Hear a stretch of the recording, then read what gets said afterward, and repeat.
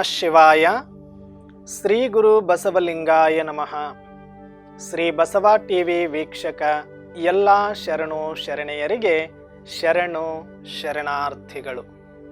ತಾವೆಲ್ಲ ಶರಣರು ಸತ್ಯ ಶರಣರ ಬೆಳಕಿನಲ್ಲಿ ಬದುಕನ್ನು ಕಟ್ಟಿಕೊಳ್ಳುವ ಸುಂದರವಾದ ಸಾರ್ಥಕ ಜೀವನವನ್ನು ಮಾಡುವ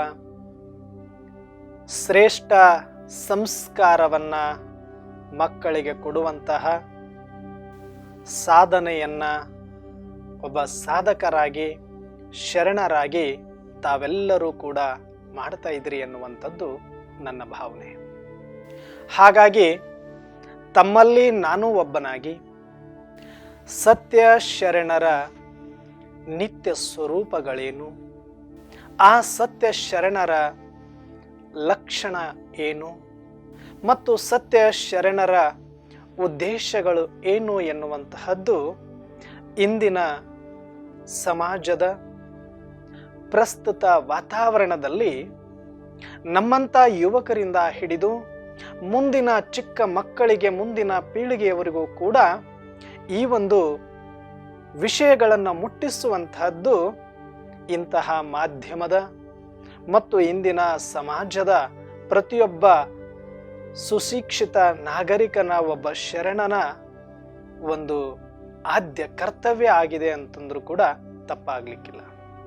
ಹಾಗಾಗಿನೇ ಆ ದೃಷ್ಟಿಯಲ್ಲಿ ಇವತ್ತು ನಾವು ಏನೆಲ್ಲ 12ನೆಯ ಶತಮಾನದ ಅನುಭವ ಮಂಟಪದಿಂದ, ಜ್ಞಾನ ಸೂರ್ಯನಿಂದ ಜ್ಞಾನದ ಕಿರಣಗಳು ಬರುವಂತೆ ಇಡೀ ಒಂದು ಪರಂಜ್ಯೋತಿ ಪರಮಾತ್ಮ ಎನ್ನುವ ಜ್ಞಾನಸಾಗರ ಸೂರ್ಯನ ಪ್ರತಿ ರೂಪದಂತೆ ಒಬ್ಬೊಬ್ಬ ಶರಣನೂ ಕೂಡ ಜಗತ್ತಿನ ಅಂಧಕಾರವನ್ನು ಕಳೆಯುವ ಒಂದು ಕಿರಣಗಳಾಗಿ ಬಂದು ಜಗತ್ತಿಗೆ ಬೆಳಕನ್ನು ಕೊಟ್ಟು ಜಗತ್ತನ್ನು ಸಂಪೂರ್ಣವಾಗಿ ಸುಂದರಮಯವನ್ನಾಗಿ ಮಾಡಿ ಆ ಒಂದು ಸತ್ಯ ಶಿವನ ಬೆಳಕಿನಲ್ಲಿ ಇಡೀ ಜಗತ್ತು ಬದುಕುವನ್ನ ಕಟ್ಟಿಕೊಳ್ಳುವಂತಾಗಲಿ ಎನ್ನುವ ಮಹದಾಶಯದಿಂದ ಏನೆಲ್ಲ ಶರಣರು ತಮ್ಮ ಜೀವನವನ್ನು ಬಲಿದಾನ ಕೊಟ್ಟರು, ತಮ್ಮ ಜೀವನದ ಅನಿವಾರ್ಯ ರೂಪದಲ್ಲಿ ಯಾವುದೋ ಒಂದು ಒತ್ತಡಕ್ಕೆ ಒಳಗಾಗದೆ, ಯಾವುದೋ ಒಂದು ವಿಧಿ ವಿಧಾನದಲ್ಲಿ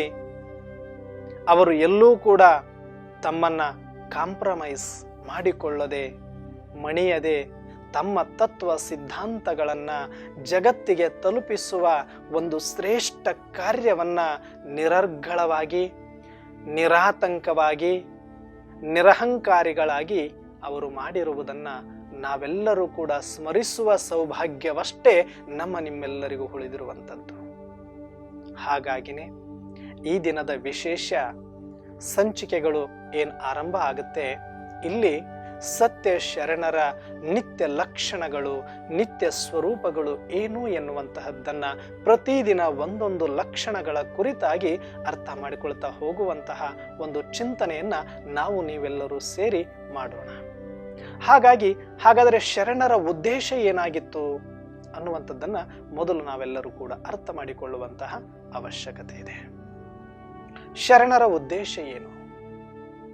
ನಾವು ಶರಣರನ್ನ ಯಾವ ರೂಪದಲ್ಲಿ ನೋಡ್ತೇವೆ ಹಾಗೆ ಕಾಣಿಸಬಹುದು. ಶರಣರನ್ನ ಒಬ್ಬ ಸಮಾಜ ಸುಧಾರಕರಂತ ಕಂಡ್ರೆ ಸಮಾಜ ಸುಧಾರಕರು ಹೌದು. ಶರಣರನ್ನ ಒಬ್ಬ ಮಹಾತ್ಮರಂತ ಕಂಡರೆ ಶರಣರು ಒಬ್ಬ ಮಹಾತ್ಮನು ಹೌದು. ಶರಣನು ಒಬ್ಬ ಮಾರ್ಗದರ್ಶಕನಂತೆ ನೋಡಿದ್ರೆ ಶರಣರು ಮಾರ್ಗದರ್ಶಕರು ಹೌದು. ಶರಣರನ್ನ ಒಬ್ಬ ತಪಸ್ವಿಗಳಂತೆ ನೋಡಿದ್ರೆ ಶರಣರು ತಪಸ್ವಿಗಳು ಹೌದು. ಶರಣರನ್ನ ವೈರಾಗಿಗಳಂತೆ ನೋಡಿದರೆ ಶರಣರು ವೈರಾಗಿಗಳು ಹೌದು. ಶರಣರನ್ನ ತ್ಯಾಗ ಸ್ವರೂಪದಲ್ಲಿ ನೋಡಿದರೆ ಶರಣರು ತ್ಯಾಗಿಗಳು ಹೌದು. ಶರಣರನ್ನ ಪ್ರವೃತ್ತಿ ಸ್ವರೂಪದಲ್ಲಿ ನೋಡಿದರೆ ಶರಣರು ಪ್ರವೃತ್ತರು ಹೌದು. ಶರಣರನ್ನ ನಿವೃತ್ತ ಸ್ವರೂಪದಲ್ಲಿ ನೋಡಿದರೆ ಶರಣರು ನಿವೃತ್ತಿಗಳು ಹೌದು. ಹಾಗಾಗಿನೇ ಶರಣರ ಸ್ವರೂಪ, ಶರಣರ ಲಕ್ಷಣ ವಿಶ್ವ ವಿಶಾಲವಾಗಿರುವಂಥದ್ದು. ಸತ್ಯ ಅನ್ನುವಂಥದ್ದು ಸೂರ್ಯ ಹೇಗೆ ಇಡೀ ಜಗತ್ತನ್ನೇ ಬೆಳಗುವ, ತನ್ನ ಬೆಳಕಿನಿಂದ ಇಡೀ ಜಗತ್ತನ್ನು ಆವರಿಸಿಕೊಂಡು ಸಚೇತನವನ್ನ ಗೊಳಿಸುತ್ತಾನೆಯೋ ಹಾಗೆ ಒಬ್ಬೊಬ್ಬ ಶರಣರು ಸಹಿತ ಅಷ್ಟು ಪ್ರಕಾಶಮಾನವಾಗಿ ವಿಶ್ವ ವಿಶಾಲ ದೃಷ್ಟಿಕೋನದ ಬೆಳಕನ್ನ ಚೆಲ್ಲಿ ಹೋಗಿರುವಂಥದ್ದು ನಿಜವಾದ ಶರಣರ ಸತ್ಯ ದೃಷ್ಟಿಯಲ್ಲಿ ನಾವು ನೋಡಿದಾಗ ಮಾತ್ರನೇ ಆ ಶರಣರ ಯಥಾರ್ಥ ಸ್ವರೂಪ ಮತ್ತು ಲಕ್ಷಣಗಳು ನಾವು ಅರ್ಥ ಮಾಡಿಕೊಂಡು ಮುಂದುವರಿಸಲಿಕ್ಕೆ ಸಾಧ್ಯ ಆಗುತ್ತೆ. ಆ ದೃಷ್ಟಿಯಲ್ಲಿ ಇವತ್ತು ಕೆಲವೊಂದು ನಿಯಮಗಳನ್ನು ಆರಂಭ ಮಾಡಿ ಪ್ರತಿದಿನ ನಾವೆಲ್ಲರೂ ಕೂಡ ಆ ಶರಣರ ಒಂದೊಂದು ಸ್ವರೂಪಗಳನ್ನ ಅರಿಯುವ ಪ್ರಯತ್ನ ಮಾಡೋಣ. ಹಾಗಾದ್ರೆ ಇವತ್ತು ಮೊದಲನೆಯ ಸತ್ಯ ಸ್ವರೂಪ ಯಾವುದು, ಶರಣನ ಸ್ವರೂಪ ಏನು, ಶರಣನ ಲಕ್ಷಣ ಏನು ಅಂತಂದ್ರೆ ಇವತ್ತು ನಾವು ನೋಡೋಣ ಶರಣರು ನಿರಾಕಾರಿಗಳು. ಈ ಒಂದು ಸ್ವರೂಪ, ಈ ಒಂದು ಲಕ್ಷಣವನ್ನ ಇಟ್ಟುಕೊಂಡು ಇವತ್ತಿನ ಚಿಂತನೆಯನ್ನ ಮಾಡೋಣ. ಆದರೆ ಶರಣರು ನಿರಾಕಾರಿಗಳು ಅಂದ ತಕ್ಷಣನೇ ಇದು ಶರಣರು ಬೇರೆ, ನಾನು ಬೇರೆ, ಶರಣರಿಗಷ್ಟೇ ಸೀಮಿತ, ಇದು ನನಗಲ್ಲ ಅನ್ನುವಂಥದ್ದಲ್ಲ. ಶರಣ ಅಂದ್ರೆ, ಶರಣರು ಅಂದ್ರೆ ಅವರೂ ಬರ್ತಾರೆ. ಅದರಲ್ಲಿ ಸತ್ಯ ಸಾಧಕನಾಗಿದ್ರೆ, ನಾನು ಪ್ರಾಮಾಣಿಕವಾದಂತಹ ಒಬ್ಬ ನಿತ್ಯ ಸಂಶೋಧಕನೇ ಆಗಿದ್ರೆ, ನಿತ್ಯ ಸಾಧಕನೇ ಆಗಿದ್ರೆ ನನಗೂ ಕೂಡ ಅದು ಅಪ್ಲೈ ಆಗುತ್ತೆ ಎನ್ನುವಂತಹ ದೃಷ್ಟಿಕೋನದಲ್ಲಿ ನನ್ನನ್ನು ನಾನು ಆ ಸತ್ಯದ ದೃಷ್ಟಿಯಲ್ಲಿ ಆ ಒಬ್ಬ ಶರಣನ ಸತ್ಯ ಸಾಧಕನಂತೆ ನಾನು ಕೂಡ ಆ ಸಾಧನೆಯಲ್ಲಿ ಸಹಯೋಗ ಕೊಟ್ಟು ಇವತ್ತಿನ ಸಮಾಜಕ್ಕೆ ಬೇಕಾಗಿರುವಂತಹ, ಇವತ್ತಿನ ಸಮಾಜದಲ್ಲಿ ಅವರ ದೃಷ್ಟಿಕೋನವನ್ನ ಹೇಗೆ ನಾನು ಅರ್ಥ ಮಾಡಿಕೊಂಡು ಬದುಕನ್ನ ಕಟ್ಟಿಕೊಳ್ಳಬಹುದು ಎನ್ನುವ ಕ್ಲಾರಿಟಿ ನಮಗೆ ಸಿಗಬೇಕು ಅಂದ್ರೆ ಶರಣರ ಸ್ವರೂಪದಲ್ಲಿ ನಾವು ಇದ್ದು ಈ ಚಿಂತನೆಯಲ್ಲಿ ಮುಂದುವರೆದಾಗ ಮಾತ್ರ ನನಗೂ ಕೂಡ ಶರಣರ ಸತ್ಯ ದರ್ಶನ ಆಗಲಿಕ್ಕೆ ಸಾಧ್ಯತೆಗಳಿರುತ್ತೆ. ಹಾಗಾಗಿ ಇವತ್ತು ನಾವು ನೋಡೋಣ ಶರಣರು ನಿರಾಕಾರಿಗಳು ಎನ್ನುವ ಒಂದು ಸ್ವರೂಪ. ಹೇಗೆ ಶರಣರು ನಿರಾಕಾರಿಗಳು? ನಿರಾಕಾರ ಅಂದ್ರೆ ಏನು, ಯಾವುದಕ್ಕೆ ನಿರಾಕಾರಿಗಳು ಅಂತ ಕರೀತಾರೆ, ಇದನ್ನ ಸ್ವಲ್ಪ ಅರ್ಥ ಮಾಡಿಕೊಳ್ಳುವ ಅವಶ್ಯಕತೆ ಇದೆ. ನಿರಾಕಾರ ಅಂತಂದ್ರೆ ಅದನ್ನು ವ್ಯಾಖ್ಯಾನ ಯಾರು ಬೇಕಾದರೂ ಹೇಗೆ ಬೇಕಾದರೂ ಮಾಡಬಹುದು. ಶಬ್ದಾರ್ಥ ಇದೆ, ಭಾವಾರ್ಥ ಇದೆ, ಯಥಾರ್ಥ ಇದೆ. ನೀವು ಡಿಕ್ಷನರಿ ತೆಗೆದು ನೋಡ್ಬಿಟ್ರೆ ನಿರಾಕಾರಿ ಅಂದ್ರೆ ಅದಕ್ಕೆ ಶಬ್ದಾರ್ಥ ಮಾತ್ರ ಹೇಳುತ್ತೆ. ಕೆಲವು ಕಡೆ ಒಂದಿಷ್ಟು ಯಾರದ್ದಾದ್ರೂ ಅದರ ಬಗ್ಗೆ ಎಕ್ಸ್ಪ್ಲನೇಷನ್ ಕೇಳಿದ್ರೆ ಅವರವರ ಭಾವಾರ್ಥಗಳನ್ನು ಕೇಳಬಹುದು. ಆದ್ರೆ ಸತ್ಯ ಗೊತ್ತಾಗಬೇಕು ಅಂತಂದ್ರೆ ಯಥಾರ್ಥದಲ್ಲಿ ನಾವು ನೋಡ್ಬೇಕಾಗುತ್ತೆ. ಶರಣರ ಒಂದೊಂದು ಸ್ವರೂಪಗಳನ್ನ, ಒಂದೊಂದು ಲಕ್ಷಣಗಳನ್ನ ಯಥಾರ್ಥದಲ್ಲಿ ನಾವು ನೋಡಿದಾಗ ಮಾತ್ರನೇ ಆ ಒಂದು ಸತ್ಯ ನಮಗೆ ಅರ್ಥ ಆಗ್ಲಿಕ್ಕೆ ಸಾಧ್ಯ. ಆ ಸತ್ಯವನ್ನ ನಾವು ಅಳವಡಿಸಿಕೊಳ್ಳೋದಕ್ಕೆ ಸಾಧ್ಯ. ಆ ಸತ್ಯವನ್ನ ಜಗತ್ತಿನ ಮುಂದೆ ಪ್ರತ್ಯಕ್ಷ ಮಾಡ್ಲಿಕ್ಕೂ ಕೂಡ ಸಾಧ್ಯ ಆಗುತ್ತೆ. ಹಾಗಾಗಿ ಶರಣರು ನಿರಾಕಾರಿಗಳು ಅಂದ್ರೆ ಏನು ನಿರಾಕಾರ ಅಂದ್ರೆ ನೋಡಿ, ಬ್ರಹ್ಮಾಂಡ ಅಂತ ನಾವು ಕರಿತೇವೆ. ಬ್ರಹ್ಮಾಂಡ ಅಂತಂದ್ರೆ ಇಲ್ಲಿ 3 ಶಕ್ತಿಗಳಿಂದ ಕೂಡಿರುವಂಥದ್ದು. ಯಾವುದು 3 ಶಕ್ತಿ ಅಂದ್ರೆ, ಒಂದು ನಿರಾಕಾರಿ ಶಕ್ತಿ, ಇನ್ನೊಂದು ಆಕಾರಿ ಶಕ್ತಿ, ಮತ್ತೊಂದು ಸಾಕಾರಿ ಶಕ್ತಿ. ನಿರಾಕಾರಿ ಶಕ್ತಿ, ಆಕಾರಿ ಶಕ್ತಿ, ಸಾಕಾರಿ ಶಕ್ತಿ. ಇದನ್ನೇ ಸ್ವಲ್ಪ ಅರ್ಥ ಮಾಡುವ ಸರಳ ಭಾಷೆಯಲ್ಲಿ ಹೇಳಬೇಕು ಅಂತಂದ್ರೆ ಸ್ಥೂಲ ಶಕ್ತಿ, ಸೂಕ್ಷ್ಮ ಶಕ್ತಿ, ಸತ್ಯ ನಿರಾಕಾರ ಶಕ್ತಿ. ಇನ್ನೊಂದ್ಸರಿ ಹೇಳ್ತೀನಿ, ಸ್ಥೂಲ ಶಕ್ತಿ, ಸೂಕ್ಷ್ಮ ಶಕ್ತಿ, ನಿರಾಕಾರ ಶಕ್ತಿ. ಸ್ಥೂಲ ಶಕ್ತಿಯ ಬಗ್ಗೆ ನಾವು ನೋಡೋದಾದ್ರೆ, ಸ್ಥೂಲ ಅಂತಂದ್ರೇನು, ನಮಗೆಲ್ಲರಿಗೂ ಪರಿಚಿತವೇ ಇರುವ ಹಾಗೆ ಭೌತ. ಸ್ಥೂಲ ಅಂದ್ರೆ ಕಣ್ಣಿಗೆ ಕಾಣಿಸುವಂಥದ್ದು, ವ್ಯಕ್ತವಾಗಿರುವಂಥದ್ದು. ಯಾವುದು ವ್ಯಕ್ತವಾಗಿರುವಂಥದ್ದು, ಯಾವುದು ಸ್ಥೂಲ ಇಲ್ಲಿ? ಹಾಗಾದ್ರೆ ಯಾವುದು ಸ್ಥೂಲ ಅಂದ್ರೆ ಏನು ಪ್ರಕೃತಿ ಅಂತ ಕರಿತೇವೆ ನಾವು, ಪಂಚತತ್ವಗಳು ಅಂತ ಏನು ಕರಿತೇವೆ, ಬ್ರಹ್ಮಾಂಡದ ಸ್ವರೂಪ ಪ್ರತೀಕವಾಗಿರತಕ್ಕಂಥ ಪಿಂಡಾಂಡ ಅಂತ ಏನು ಕರಿತೇವೆ, ಇದು ಪ್ರಕೃತಿಯಿಂದ ಆಗಿರುವಂಥದ್ದು. ಇಲ್ಲಿ ಇರುವಂಥದ್ದೆಲ್ಲವೂ ಕೂಡ ಸ್ಥೂಲವಾಗಿರುವಂಥದ್ದು. ಯಾವುದು ಬರುತ್ತೆ ಅದರಲ್ಲಿ? ನೆಲ, ಜಲ, ಅನಿಲ, ಆಕಾಶ, ಪ್ರಕಾಶ. ಪಂಚತತ್ವಗಳು ಅಂತಾನೆ ಕರಿತೀವಿ ಇದಕ್ಕೆ. ಇದಕ್ಕೆ ಸ್ಥೂಲ ತತ್ವಗಳು ಅಂತನೂ ಕರೀತಾರೆ. ಸ್ಥೂಲ ಅಂದ್ರೆ ಕಣ್ಣಿಗೆ ಕಾಣಿಸುವುದು. ಈಗ ಸೂಕ್ಷ್ಮ ಅಂದ್ರೆ ಏನು? ಸೂಕ್ಷ್ಮ ಅಂತಂದ್ರೆ ಕಣ್ಣಿಗೆ ಕಾಣಿಸದೇ ಇದ್ರೂ ಕೂಡ ಆ ಒಂದು ಶಕ್ತಿಗಳನ್ನ ಒಬ್ಬ ವ್ಯಕ್ತಿಯ ಒಂದು ಅನುಭವಕ್ಕೆ ಬರುವಂಥದ್ದು ಮತ್ತು ಸೂಕ್ಷ್ಮ ಸಾಧನಗಳಿಂದ ಅದನ್ನ ತಿಳಿದುಕೊಳ್ಳುವ ಪ್ರಯತ್ನ ಮಾಡುವಂತಹದ್ದು, ಅದಕ್ಕೆ ಸಾಧ್ಯ ಇರುವಂಥದ್ದು ಸೂಕ್ಷ್ಮ ದರ್ಶಕಗಳು ಅಂತ ಕರಿತೇವೆ, ಸೂಕ್ಷ್ಮ ಯಂತ್ರಗಳು ಅಂತ ಕರಿತೇವೆ. ಆ ಸೂಕ್ಷ್ಮ ಶಕ್ತಿಯು ಕೂಡ ಇಲ್ಲಿರುವಂಥದ್ದು. ಇನ್ನೊಂದು ನಿರಾಕಾರ ಶಕ್ತಿ. ನಿರಾಕಾರ ಅಂತಂದ್ರೆ ಬಹಳಷ್ಟು ಜನಗಳು ಏನ್ ತಿಳ್ಕೊಂಡು ಬಿಡ್ತಾರೆ, ಅದು ಏನೂ ಇಲ್ಲದೆ ಇರುವಂಥದ್ದು. ಏನೂ ಇಲ್ಲದೆ ಇರುವಂಥದ್ದಕ್ಕೆ ಮಾತಾಡೋ ಅವಶ್ಯಕತೆ ಏನಿರ್ತಾ ಇತ್ತು? ಇಲ್ಲದೇ ಇಲ್ಲ ಅಂತಂದ ಮೇಲೆ ಅದನ್ನ ಮಾತಾಡೋದೇನಿರ್ತಿತ್ತು? ಅದು ಯಾವ ರೂಪದಲ್ಲಿ ನಾವು ಮಾತಾಡ್ಲಿಕ್ಕೆ ಆಗ್ತಿತ್ತು? ಅದನ್ನ ನಿರಾಕಾರ ಅಂದ್ರೆ ನೀರಾಕಾರ ಅಂತ ಹೇಳ್ಬಿಡ್ತಾರೆ, ಅಥವಾ ಏನೂ ಆಕಾರನೇ ಇಲ್ಲದೆ ಇರುವಂಥದ್ದು ಅಂತ ಹೇಳ್ಬಿಡ್ತಾರೆ. ಹಾಗಲ್ಲ ಅದರ ಅರ್ಥ. ನಿರಾಕಾರ ಅಂದ್ರೆ ಅದಕ್ಕೆ ಪರ್ಟಿಕ್ಯುಲರ್ ಆಗಿರತಕ್ಕಂಥ ತನ್ನದೇ ಆದ ಒಂದು ಅಸ್ತಿತ್ವವಿದೆ, ತನ್ನದೇ ಆದಂಥ ವ್ಯಾಖ್ಯಾನ ಇದೆ, ತನ್ನದೇ ಆದಂಥ ಯಥಾರ್ಥ ಇದೆ. ಏನು ನಿರಾಕಾರ ಅಂದ್ರೆ, ಈಗ ಉದಾಹರಣೆಗೆ ಸೂಕ್ಷ್ಮಾಣು ಜೀವಿಗಳು ಅಥವಾ ಸೂಕ್ಷ್ಮಾಣು ಕಣಗಳು ಅಂತ ಏನು ಕರಿತೀವಿ ನಾವು, ನ್ಯೂಟ್ರಾನ್, ಪ್ರೋಟಾನ್, ಎಲೆಕ್ಟ್ರಾನ್ ಅಂತ ಕರಿತೀವಿ ನಾವು. ಅಣು ಬಾಂಬುಗಳಲ್ಲಿ ಅಥವಾ ಆ ಅಣುಗಳಲ್ಲಿ ಆಟಮ್ಸ್ ಅಂತ ಏನು ಕರಿತೀವಿ, ಆ ಆಟಮ್ಸ್ ಅಲ್ಲಿ ಬರುವಂಥದ್ದು ಸೂಕ್ಷ್ಮ ಅಣುಗಳು ಅಂತ ಕರಿತೀವಿ. ಅದರಲ್ಲಿ ಸ್ಥೂಲವಾಗಿದ್ರೆ, ದೊಡ್ಡದಾಗಿದ್ರೆ ಅದು ಸ್ಥೂಲ ಅಂತ ಕರಿತೀವಿ. ಅದು ಕಣ್ಣಿಗೆ ಕಾಣಿಸದೇ ಇರುವಷ್ಟು ಚಿಕ್ಕ ಸ್ವರೂಪದಲ್ಲಿ ಇದ್ರೆ ಅದಕ್ಕೆ ಸೂಕ್ಷ್ಮ ಅಣುಗಳು ಅಂತ ಕರಿತೀವಿ. ಅದರದ್ದೇ ಆದ ಸ್ವರೂಪದಲ್ಲಿ ಅದು ಇದೆ, ಅದನ್ನ ಸೂಕ್ಷ್ಮ ದರ್ಶಕದಿಂದ ನೋಡಬಹುದು. ಆದ್ರೆ ನಿರಾಕಾರ ಅಂದ್ರೆ ಬೇರೆ ಏನೂ ಅಲ್ಲ, ಆ ಸೂಕ್ಷ್ಮಕ್ಕಿಂತಲೂ ಅತಿ ಅತಿ ಅತಿ ಅತಿ ಸೂಕ್ಷ್ಮವಾಗಿರ್ತಕ್ಕಂಥ ಶಕ್ತಿ ಈ ಜಗತ್ತಿನಲ್ಲಿ ಇದೆ. ಯಾವುದು ಸ್ಥೂಲ ಕಣ್ಣುಗಳಿಂದ, ಸ್ಥೂಲ ಸಾಧನಗಳಿಂದ, ಸ್ಥೂಲ ಶಕ್ತಿಗಳಿಂದ ನೋಡಕ್ ಆಗೋದಿಲ್ವೋ ಅದನ್ನ ಸೂಕ್ಷ್ಮ ಶಕ್ತಿಗಳಿಂದ ಅಥವಾ ಸೂಕ್ಷ್ಮ ದರ್ಶಕಗಳಿಂದ ನೋಡ್ಲಿಕ್ಕೆ ಆಗ್ತಿತ್ತು ಅಂದ್ರೆ ಅದನ್ನ ಸೂಕ್ಷ್ಮ ಕಣಗಳು ಅಥವಾ ಸೂಕ್ಷ್ಮ ಶಕ್ತಿ ಅಂತ ಕರಿತೀವಿ. ಆದ್ರೆ ಯಾವ ಸ್ಥೂಲ ಮತ್ತು ಸೂಕ್ಷ್ಮ ದರ್ಶಕಗಳಿಂದಾಗಲಿ ಸೂಕ್ಷ್ಮ ಸಾಧನಗಳಿಂದಾಗಲಿ ಅದನ್ನ ನೋಡಲಿಕ್ಕಾಗಲಿ ಅದು ಗೋಚರಿಸದೇ ಇತ್ತು ಅಂದ್ರೆ ಅದಕ್ಕೆ ಹೇಳಲಾಗುತ್ತೆ ನಿರಾಕಾರ ಅಂತ. ಅತಿ ಸೂಕ್ಷ್ಮ ಆಗಿರೋದಕ್ಕೆ ಏನಾದ್ರೂ ಒಂದು ಹೆಸರು ಕೊಡಬೇಕಲ್ಲ. ಸೂಕ್ಷ್ಮ ಅಂತೂ ಅಲ್ಲ, ಅದು ಸ್ಥೂಲನೂ ಅಲ್ಲ, ಆದ್ರೆ ಇದೆ ಅದು. ಅದಕ್ಕೆ ಏನಂದ್ರು ನಿರಾಕಾರ ಶಕ್ತಿ ಅಂತ ಕರೆದ್ರು. ಎಲ್ಲದೇ ಇರುವಂತದ್ದಕ್ಕೆ ಅದಕ್ಕೆ ಶಕ್ತಿ ಅಂತ ಯಾಕೆ ಕರಿಬೇಕಾಗಿತ್ತು? ಇದೆ, ಆದ್ರೆ ಅದು ನಮ್ಮ ಸ್ಥೂಲಕ್ಕಾಗಲಿ ಸೂಕ್ಷ್ಮಕ್ಕಾಗಲಿ ಎಟುಕುವಂಥದ್ದಲ್ಲ.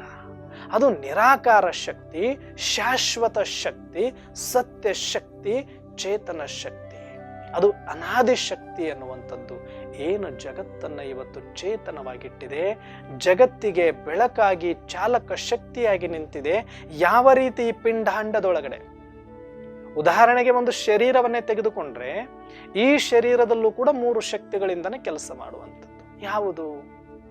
ಪಂಚತತ್ವಗಳಿಂದ ಕೂಡಿದ ಈ ಸ್ಥೂಲ ಪ್ರಕೃತಿ ಎಂದಾದ ಸ್ಥೂಲ ಶರೀರ ಇದೆ.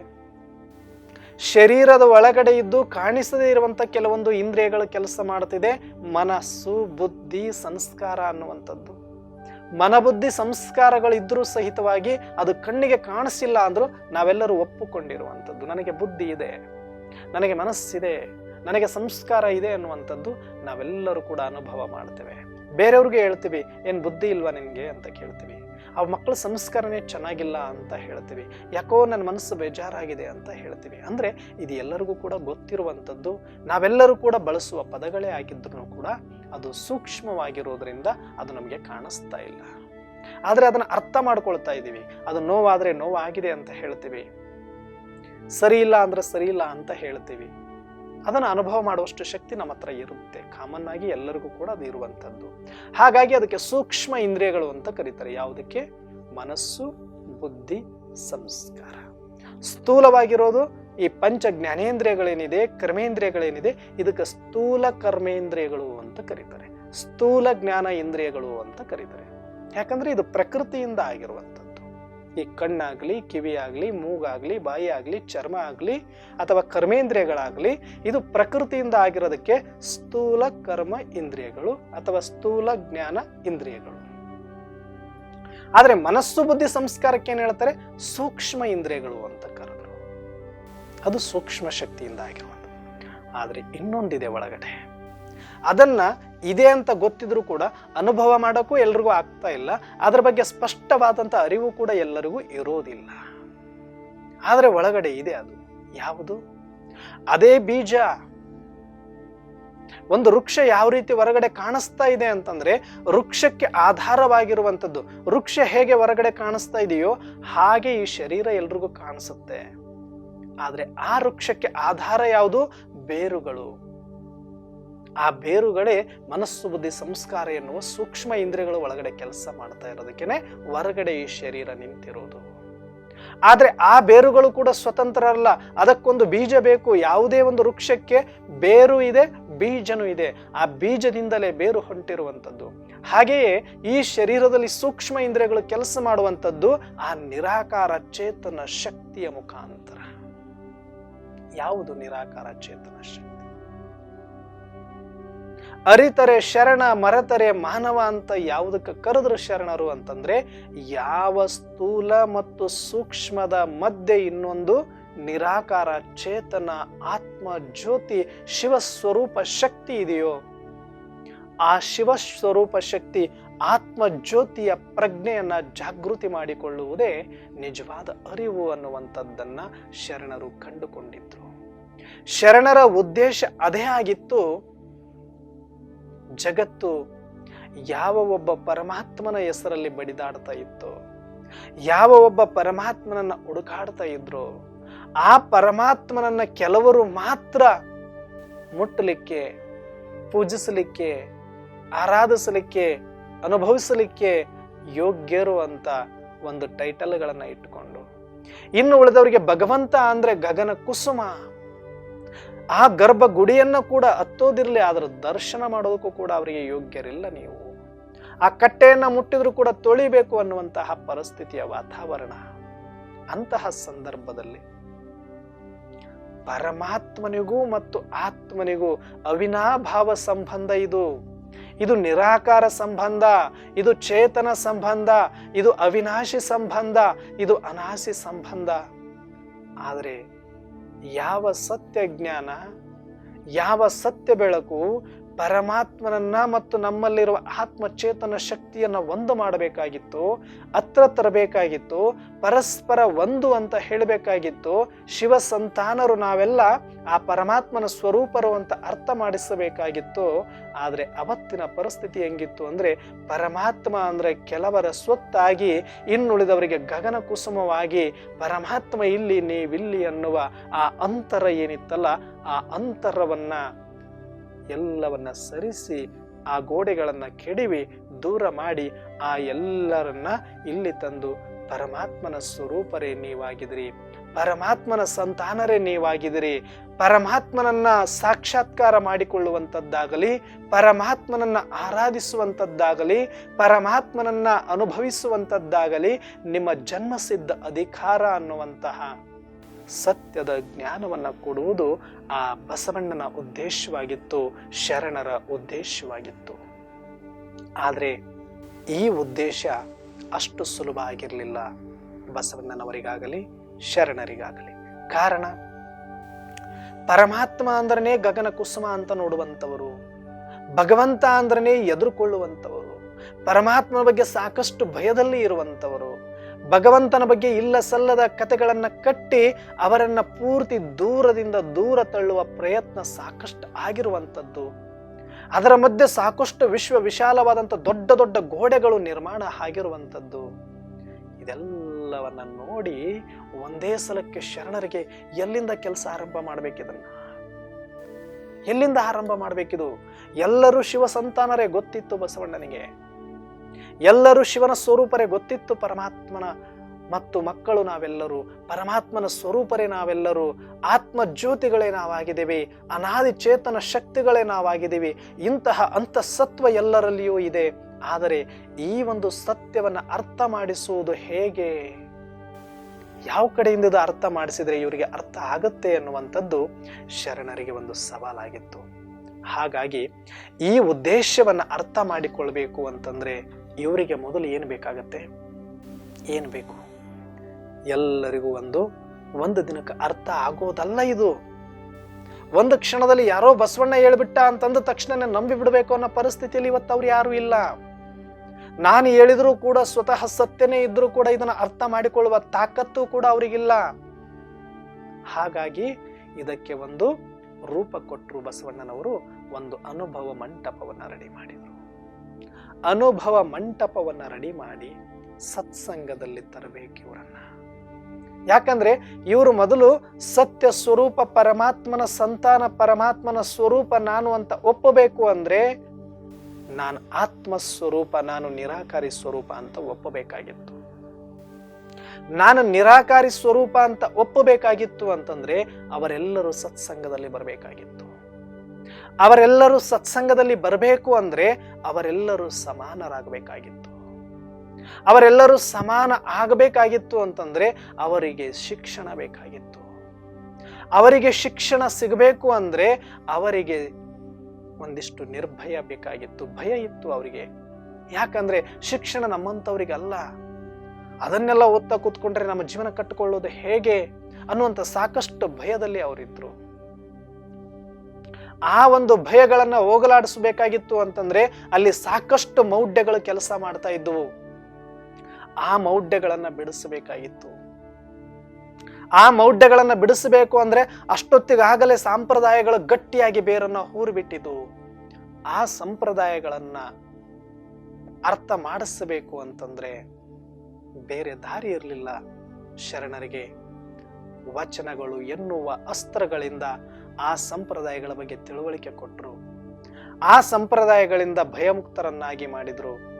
ಆ ಭಯದಿಂದ ಮುಕ್ತರಾದವರೆಲ್ಲರೂ ಕೂಡ ಸ್ವತಂತ್ರರಾದರು. ಸ್ವತಂತ್ರರಾದವರೆಲ್ಲ ಶಿಕ್ಷಣವನ್ನು ಪಡೆದುಕೊಂಡರು. ಶಿಕ್ಷಣ ಪಡ್ಕೊಂಡವರೆಲ್ಲ ಸಮಾನತೆಯಲ್ಲಿ ಬಂದರು. ಸಮಾನತೆಯಲ್ಲಿ ಬಂದವರೆಲ್ಲ ಸತ್ಸಂಗದಲ್ಲಿ ಬಂದರು. ಸತ್ಸಂಗದಲ್ಲಿ ಬಂದ ಮೇಲೆ ಅವರೆಲ್ಲರೂ ತಿಳ್ಕೊಂಡ್ರು, ನಾವೆಲ್ಲರೂ ಶರಣರು, ನಾವೆಲ್ಲರೂ ಒಂದೇ, ನಮಗೊಬ್ಬನೇ ತಂದೆ, ನಾವೆಲ್ಲರೂ ಆತ್ಮ ಸ್ವರೂಪರು, ನಮ್ಮ ತಂದೆ ಪರಮಾತ್ಮ, ನಾನೂ ನಿರಾಕಾರ, ಪರಮಾತ್ಮನೂ ನಿರಾಕಾರ, ನಾನೂ ಚೇತನ, ಪರಮಾತ್ಮನೂ ಚೇತನ, ನಾನೂ ಜ್ಯೋತಿ, ನನ್ನ ತಂದೆ ಪರಮ ಜ್ಯೋತಿ, ನಾವೆಲ್ಲರೂ ಸತ್ಯ ಶುದ್ಧ ಶರಣರು, ನಾವೆಲ್ಲರೂ ಕೂಡ ಇಡೀ ವಿಶ್ವದಾದ್ಯಂತ ಒಂದೇ ಏಕದೇವ ಉಪಾಸನೆ, ದೇವ ಆರಾಧನೆ, ಒಬ್ಬ ಪರಮಾತ್ಮನ ಸಂತಾನ, ವಸುದೈವ ಕುಟುಂಬ.